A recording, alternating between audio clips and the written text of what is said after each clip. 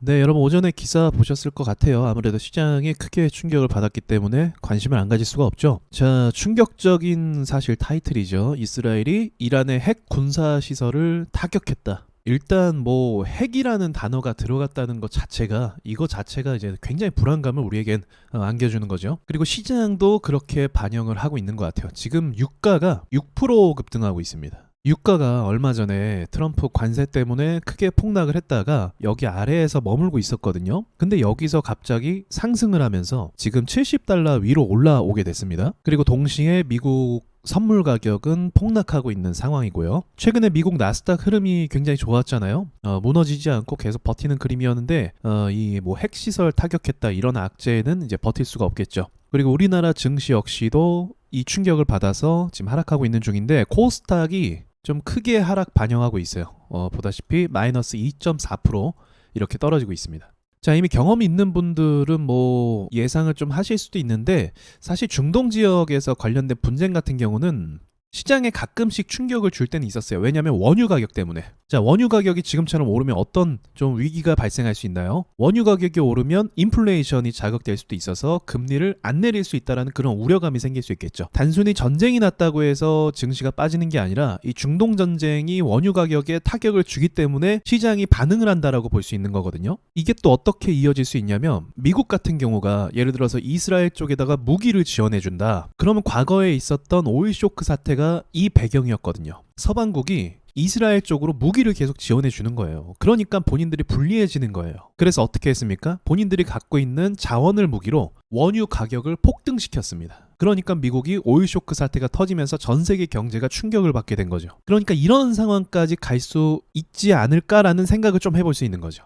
더군다나 이스라엘이 핵시설을 타격했으니까 이 상황이 좀처럼 쉽게 진정이 안 될 것 같다. 이런 연쇄적인 상황이라고 이해하시면 될 것 같아요. 하지만 지금까지는 그 오일 쇼크 사태 이후로는 이런 미국이 이스라엘 전쟁에 대해서 뭐 적극적으로 개입하거나 그런 부분은 많이 없었습니다. 그래서 미국이 정치적인 거지만 미국이 개입을 좀 적극적으로 하지만 않으며 그러니까 그때 당시에도 오일 쇼크 사태가 터졌을 때도요. 이게 왜 이게 터질 수밖에 없었냐면 유대인들이 미국인들한테 로비를 많이 했던 거예요. 그러니까 군사적으로 지원을 해줄 수밖에 없던 거예요. 정치적으로 잡혀있는 거죠. 지금도 근데 사실 마찬가지긴 한데 이제는 보는 눈들이 많기 때문에 그런 상황이 이제 좀 덜해졌다고 볼 수 있는 거죠. 그래서 정치적인 거지만 지금까지 상황에서는 뭐 적극적으로 개입하지 않았기 때문에 그러한 상황이 오일 쇼크와 같은 상황이 만들어지진 않았습니다. 그러니까 계속 지켜볼 필요는 있겠죠. 미국이 어떻게 반응하는지 그게 제일 중요해요. 그리고 시장 같은 경우는 지금 이 전쟁이나 뭐 이런 핵시설 타격 때문에 잠시 충격을 받았지만